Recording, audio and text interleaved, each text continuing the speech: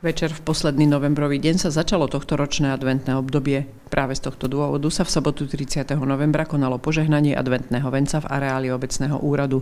Pri tejto príležitosti sa v areáli obecného úradu zišli desiatky ľudí. Okrem ozdobeného adventného venca, ktorý pripravili pracovníci obce a na ktorom žiarila prvá svieca, bol už rozsvietený aj vianočný stromček, ktorý evokoval blížiace sa Vianoce. Kultúrny program si pripravil ženský spevácky zbor Kantika, ktorý navodil slávnostnú atmosféru. Adventný veniec požehnal kaplán Anton Štefánek. Vstúpili sme už dnešnou sobotou večer do adventného obdobia. Pred malou chvíľou sme požehnali adventný veniec, tam horí prvá adventná sviečka. Teda je to slovo advent, teda pochádza z latinčiny adventus, teda to znamená príchod. Teda týmto obdobím očakávame príchod, samozrejme Vianoc, ale ešte mnoho viac príchod osoby, teda Ježiša. Boh sa stal človekom a prišiel na túto zem.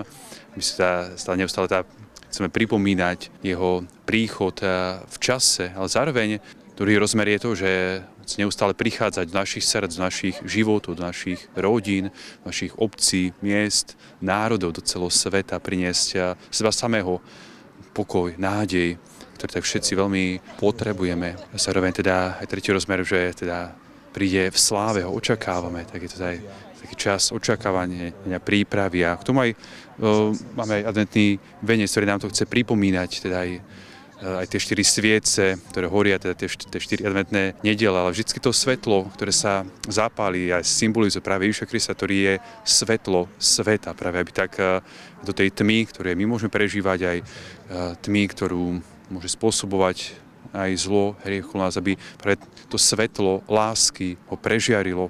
Zároveň ten adventný veniec má tvár krúhu, tiež tak pripomína, že náš Boh je večný.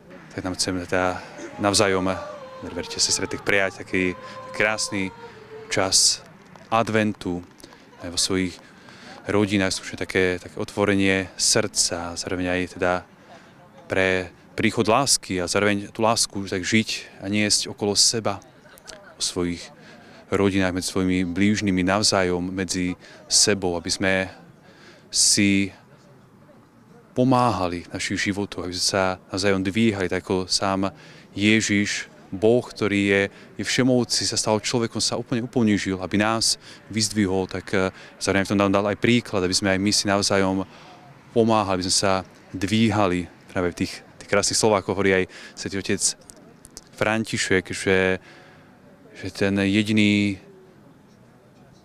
čas, kedy by som mal byť alebo hľadieť na druhého človeka z výšky, je len vtedy, keď ho chcem zdvihnúť, keď mu chcem napomôcť v jeho živote.